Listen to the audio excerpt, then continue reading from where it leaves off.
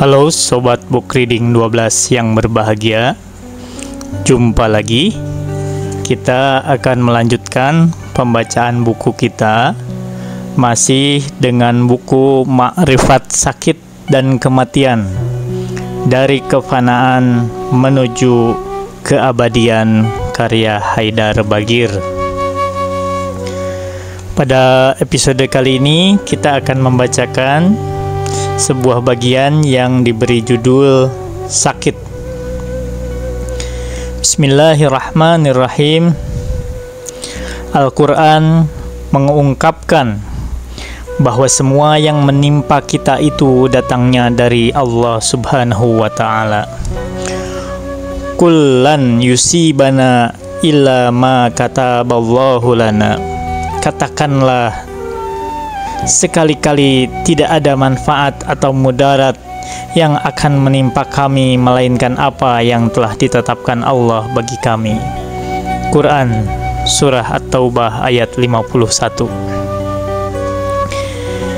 Di sisi lain, Allah berfirman, apa saja yang menimpamu dalam bentuk kebaikan adalah dari Allah, dan apa saja keburukan yang menimpamu, maka itu dari dirimu sendiri. Quran Surah An-Nisa ayat 79. Sebagian orang yang tidak sempat melakukan penelitian untuk merenungkan dua ayat Al-Quran di atas bisa jadi menyimpulkan bahwa keduanya bertentangan, yakni di satu sisi Allah mengajarkan kita untuk yakin bahwa apa saja yang menimpa kita itu berasal darinya, tapi di sisi lain Allah mengatakan yang datang dari Allah itu adalah yang baik, sementara yang buruk itu dari diri kita sendiri. Kalau kita amati dua ayat tersebut dengan teliti dan penuh kehati-hatian, maka dapat disimpulkan bahwa keduanya mengajarkan satu pesan yang luar biasa bagi kita. Apa makna dari dua ayat itu jika kita jajarkan? Yakni Allah ingin mengatakan semua yang menimpamu itu datang darinya, dan semua yang menimpamu yang dari Allah itu semuanya adalah berupa kebaikan. Artinya, kalau sampai yang menimpamu itu menjadi hal yang buruk, maka sadarilah bahwa kamu yang telah menyebabkan yang datang dari Allah yang aslinya kebaikan menjadi keburukan. Kita sering membaca pandangan orang mengenai kebahagiaan, bahwa kebahagiaan itu bukanlah sesuatu atau yang ditentukan oleh apa yang terjadi di luar diri kita. Yang membuat kita bahagia itu adalah sikap kita terhadap apa yang terjadi di luar diri kita. Meskipun sesuatu yang terjadi di luar itu tampak seolah-olah keburukan. Kalau reaksi kita positif, maka ia akan tampak hikmahnya. Pada saat yang sama akan menjadi berkah atau kebaikan. Jadi, seorang muslim diajarkan untuk tidak melihat apapun yang datang kepadanya kecuali sebuah kebaikan yang datang dari Allah Subhanahu wa Ta'ala.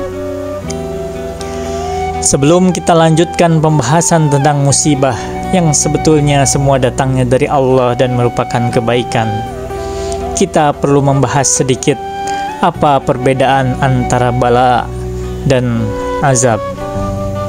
Bala itu adalah sesuatu yang diturunkan oleh Allah dalam bentuk tantangan atau kesulitan, bukan karena telah melakukan kesalahan dan dosa. Di dalam Al-Quran, bala diartikan dengan ujian. Ujian itu tidak mesti karena orang tersebut telah melakukan perbuatan yang salah. Ujian bisa diberikan untuk meningkatkan kualitas seseorang.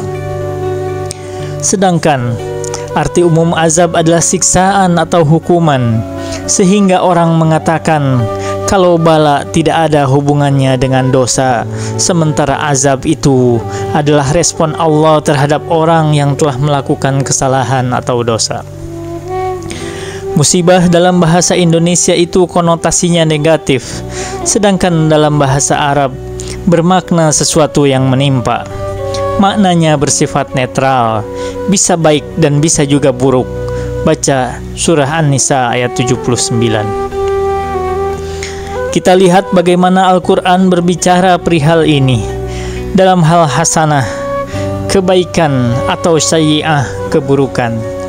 Allah menggunakan kata asoba yang satu akar dengan musibah. Asoba itu adalah kata kerja dan musibah itu kata benda. Jadi ada musibah yang netral, ada juga bala yang berhubungan dengan keinginan Allah untuk meningkatkan kualitas seseorang meskipun orang itu tidak membuat kesalahan, dan ada azab yang dipahami sebagai hukuman dari dosa. Yang penting kita ketahui ialah bahkan dalam kata azab pun terkandung tujuan Allah untuk menyempurnakan orang yang telah berbuat dosa, membuat orang yang terbiasa berbuat dosa menjadi tidak melakukannya lagi. Ketahuilah bahwa kata azab dalam bahasa Arab itu berakar dari akar kata ain, dal, ba, yang bisa bermakna azbun.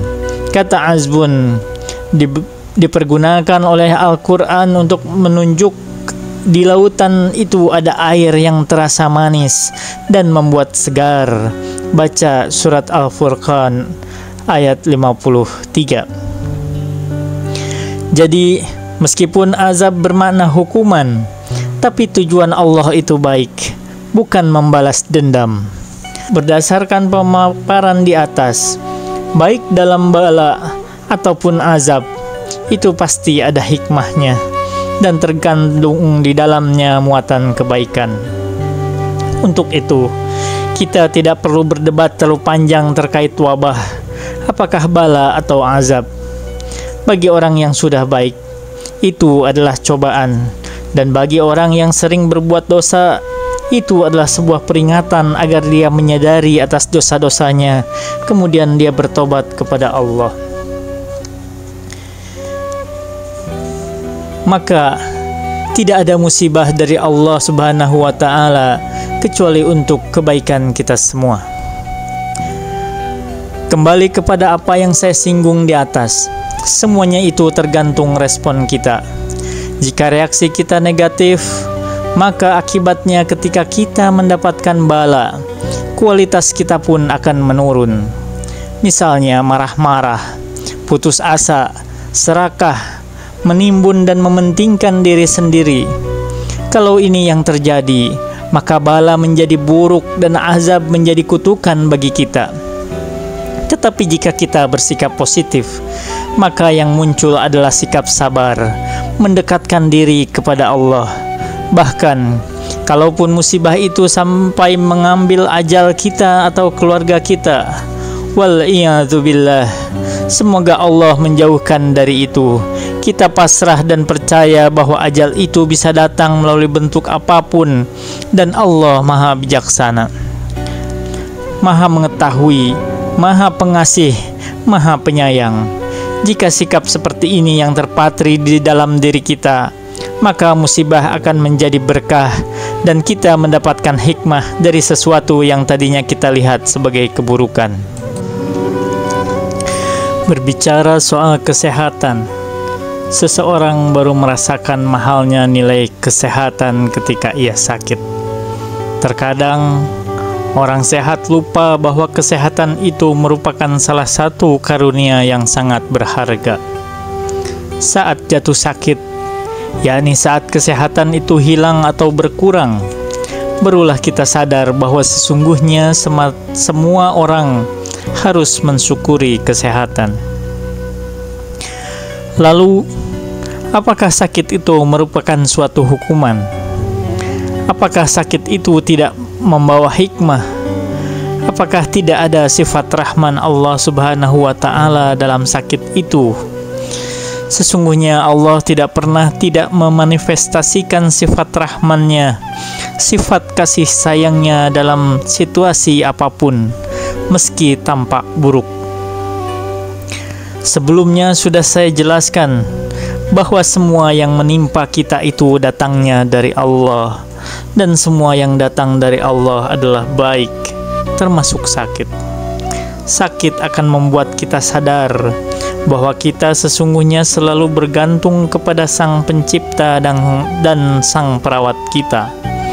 Saat kita sehat, kadang kita merasa cukup kita lupa bahwa sesungguhnya hidup kita itu bergantung kepada Allah Subhanahu wa Ta'ala.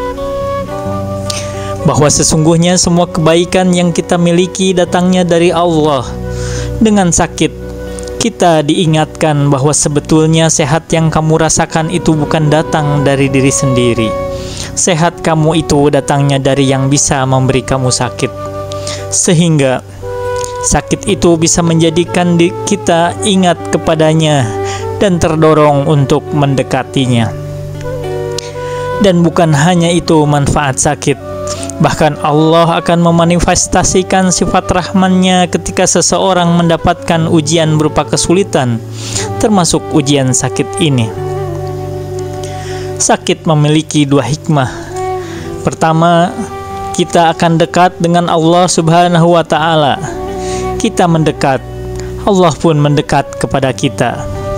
Dalam satu hadis qudsi Allah berfirman, "Hambaku lapar, kau tidak beri makan." Maka manusia yang mendengar bertanya, "Wahai Allah, Engkau kan maha kaya, maha kuasa, mana mungkin kau lapar?"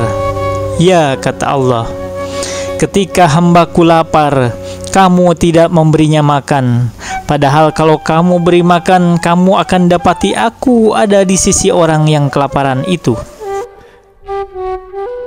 Demikian juga Allah mengatakan, "Ketika ada hambaku yang kehausan, kamu tidak beri minum.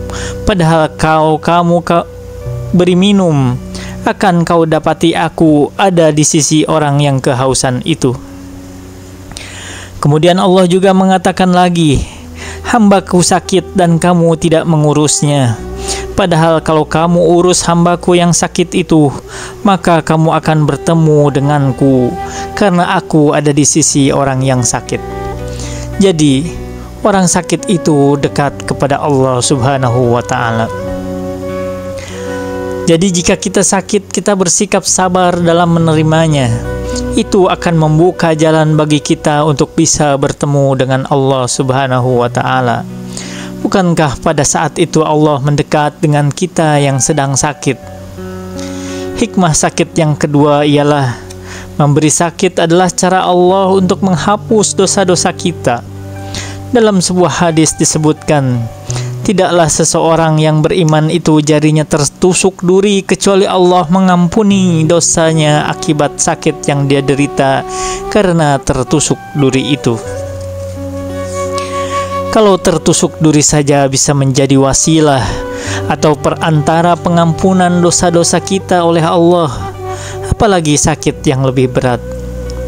Sehingga Rasulullah Shallallahu Alaihi Wasallam mengajari kita saat mengunjungi orang sakit agar kita berucap, "Tahur, semoga Anda bersih dari dosa-dosa.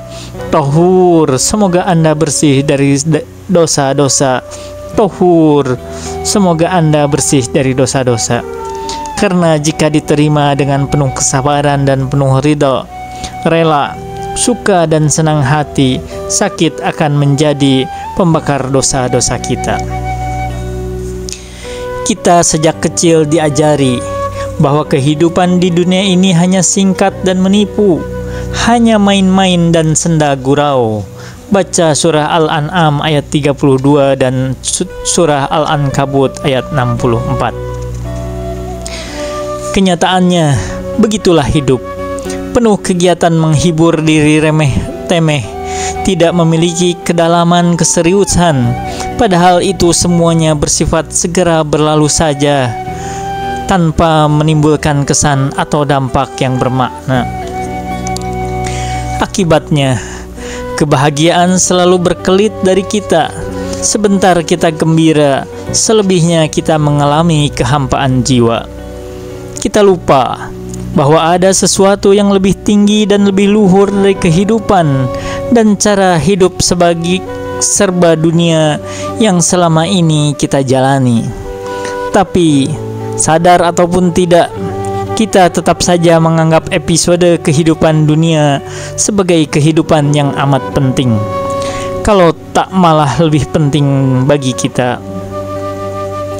yakni dalam makna merasakan kesenangan-kesenangan hidup di dalamnya.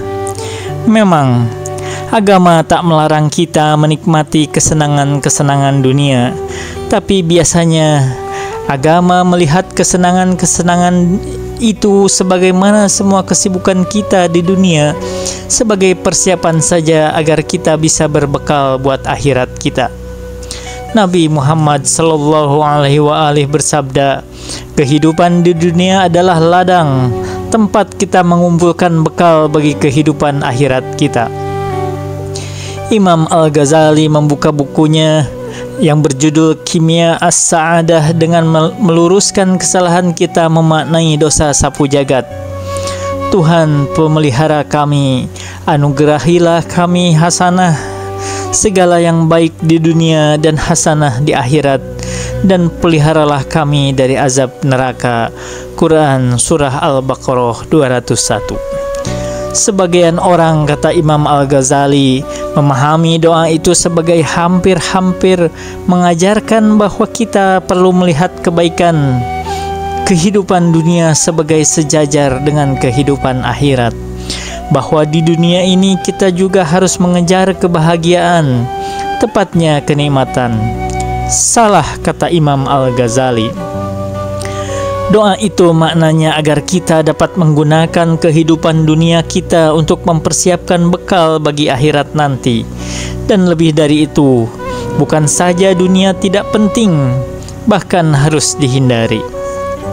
Persis seperti teladan Imam Ali radhiyallahu anhu ketika belati Ibn Muljam menetaknya, apa yang dia serukan? Demi Tuhan Ka'bah, aku telah menang. Ya, dia melihat kematian sebagai kemenangan. Dia telah benar menjadikan kehidupan dunianya sebagai ladang mencari bekal bagi kehidupan akhiratnya. Bahkan, tak ada yang tak dikerjakan Sang Harun bagi musanya Nabi Muhammad ini kecuali itu, mengisi penuh hidupnya untuk mengantarnya masuk ke kehidupan akhirat. Beliau hidup sederhana, sehingga digelari Abu Turab, bapaknya tanah, Imam Al-Mustad'afin, penghulu orang tertindas, dan Abul Masakin, bapaknya orang lemah atau orang miskin. Hidupnya dia dedikasikan untuk mereka, mulai membantu Nabi SAW sampai mempertaruhkan nyawanya, membantu 3 khalifah sebelum dia memimpin negara hingga berperang. Bahkan beliau dikenal sebagai petani yang bekerja keras di bidang ini, yang hasilnya dia berikan kepada orang-orang yang membutuhkan.